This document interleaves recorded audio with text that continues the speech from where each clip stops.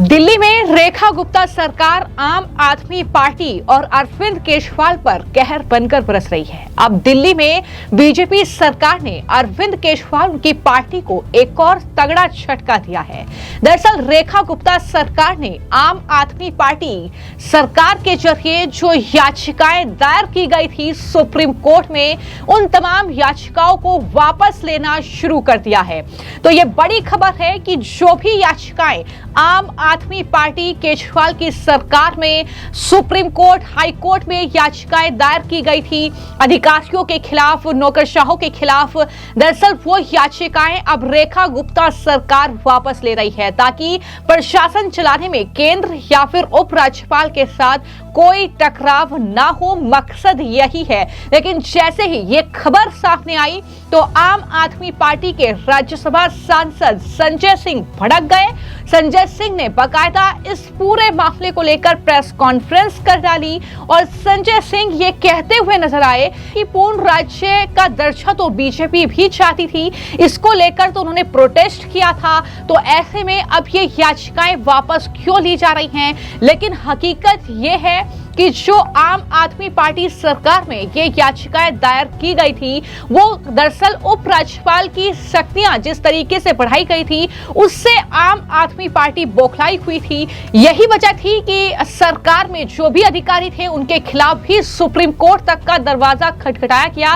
लेकिन अब रेखा गुप्ता जो कि मुख्यमंत्री हैं, उनके निर्देश के बाद कानून, न्याय और विधायी मामलों के जो विभाग ने सभी प्रशासनिक विभागों के जो बड़े अधिकारी हैं उनको ये निर्देश दिया है कि वो पिछली सरकार में प्रभारी मंत्रियों के द्वारा जो मामले दायर किए गए हैं उन्हें वापस लें और ये दरअसल कोर्ट के सामने आवेदन रखें, ये याचिका दायर करें। तो ये बड़ी खबर है। लेकिन इसको लेकर संजय सिंह किस तरीके से बौखलाए हैं, किस तरीके के आरोप एक बार फिर से बीजेपी पर लगा रहे हैं, लगातार वो एलजी को घेर रहे हैं, उनकी बौखलाहट साफ तौर पर दिख रही है। जो उनके मंसूबे थे दिल्ली को लेकर, अब उन पर पानी फिरता हुआ पूरी तरीके से दिख रहा है। तो संजय सिंह कुछ इस तरीके से भड़के हुए हैं, जरा सुनिए। देखिए, ये भारतीय जनता पार्टी दिल्ली के करोड़ों लोगों के साथ धोखा कर रही है, विश्वासघात कर रही है और जिसकी लड़ाई उन्होंने खुद लड़ी उस लड़ाई पर पीठ दिखाने का काम कर रही है।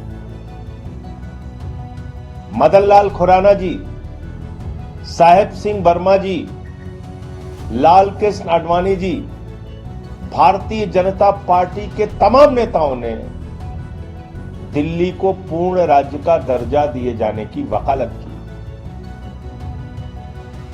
उसकी लड़ाई लड़ी। भारतीय जनता पार्टी के कार्यकर्ताओं ने तो प्रदर्शन में लाठियां भी खाई कि दिल्ली के लोगों को पूर्ण राज्य का दर्जा दिया जाए, दिल्ली को पूर्ण राज्य का दर्जा दिया जाए। लेकिन बाद में जब आम आदमी पार्टी की सरकार बन गई, जब केजरीवाल जी मुख्यमंत्री बन गए, तो अपने घोषणा पत्र से पहले इस मुद्दे को गायब किया। लेकिन आज क्या डर है?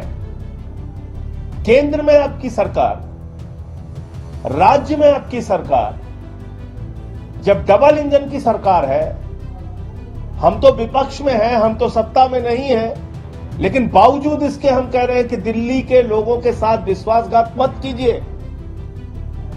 आप लीजिए पूर्ण राज्य का दर्जा रेखा गुप्ता जी।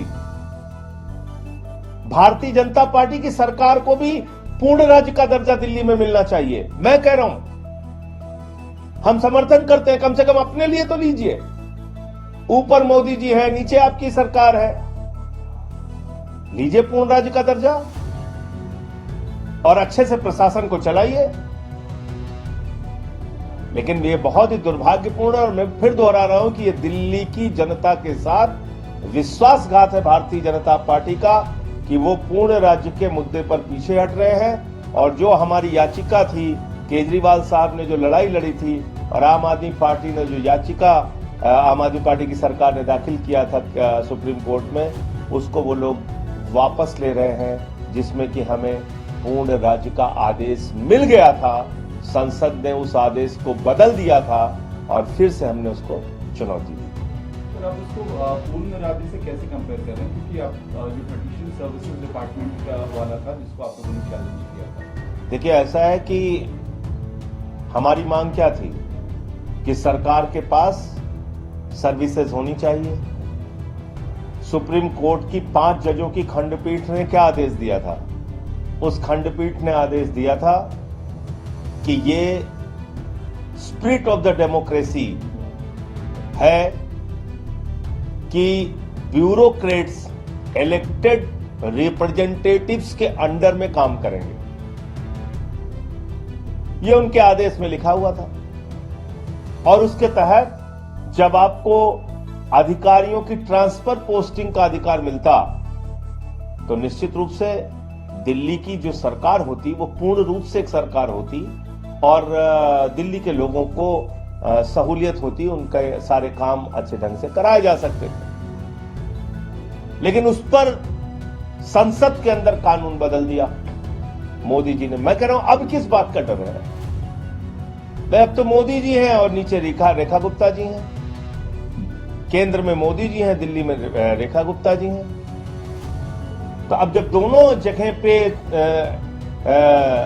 सरकार भारतीय जनता पार्टी की है, तब तो कम से कम पूर्ण राज्य का दर्जा दे दो दिल्ली को। तब तो कम से कम सर्विसेज का अधिकार दे दो। जो आपने संशोधन किया था उसको वापस ले लो। मैं आपसे कहता हूं, अगर अब भी, आज तो बीजेपी की सरकार है ना, अब भी अगर संसद में प्रस्ताव लाते हैं हम उसका समर्थन करेंगे। हम अपने स्टैंड से बदले नहीं हैं। आप लाइए। तो आपने आम आदमी पार्टी के राज्यसभा सांसद संजय सिंह को सुना, जो ये कह रहे हैं कि आम आदमी पार्टी सुप्रीम कोर्ट गई थी, सुप्रीम कोर्ट में याचिका दायर की थी। अब जो है बीजेपी की सरकार उन याचिका को वापस ले रही है। तो ये बौखलाहट जो है संजय सिंह की है, जैसा कि आपने सुना। लेकिन ये जो खबर है ये टाइम्स ऑफ इंडिया की तरफ से दी गई है, जिसमें कहा गया है कि कानून विभाग ने सभी प्रशासनिक विभागों से केंद्र या एलजी के खिलाफ आम आदमी पार्टी सरकार द्वारा दायर ऐसे सभी मामलों का विवरण देने को कहा है, जो अलग अलग जो कोर्ट है दिल्ली की हो, चाहे हाई कोर्ट हो, चाहे सुप्रीम कोर्ट हो, वहां पर पेंडिंग थे। और यह भी दावा किया है कि पिछले कुछ सालों में आम आदमी पार्टी सरकार और केंद्र या एलजी के बीच जो अंतर विभागीय दरअसल मुकदमेबाजी और अदालती लड़ाई पर 300 करोड़ रुपए से ज्यादा खर्च किए गए हैं और इसके परिणाम कीमती मानव घंटों की भी हानि हुई है, यानी टाइम का भी नुकसान हुआ है। तो विधि विभाग ने चल रहे मुकदमे पर एक व्यापक रिपोर्ट तैयार करने और उसे नई व्यवस्था के सामने रखने का फैसला लिया है। यानी यहां पर जो बीती सरकार गई है दिल्ली की, यानी आम आदमी पार्टी अरविंद केजरीवाल सरकार में कितने मुकदमे जो हैं वो दर्ज किए गए हैं, किस तरीके से जो है नुकसान दिल्ली की अर्थव्यवस्था को हुआ है, इकोनॉमी को हुआ है, इनके चलते कितना वक्त इसमें बर्बाद किया गया है, इस पूरे कहीं ना कहीं रिपोर्ट को तैयार करने के लिए कहा गया है। पूरा ब्यौरा मुख्यमंत्री रेखा गुप्ता ने मांगा है। तो ऐसे में आने वाले वक्त में किस तरीके का ये राजनीतिक जो कहीं ना कहीं एक तरीके से गहमा गहमी है, ये देखने को मिलेगी इस मामले को लेकर। और सीएम रेखा गुप्ता का रिएक्शन इस पूरे मामले पर क्या होगा, ये भी देखना होगा। फिलहाल आपकी इस खबर को लेकर क्या राय है, हमें कमेंट बॉक्स में जरूर लिखें। धन्यवाद।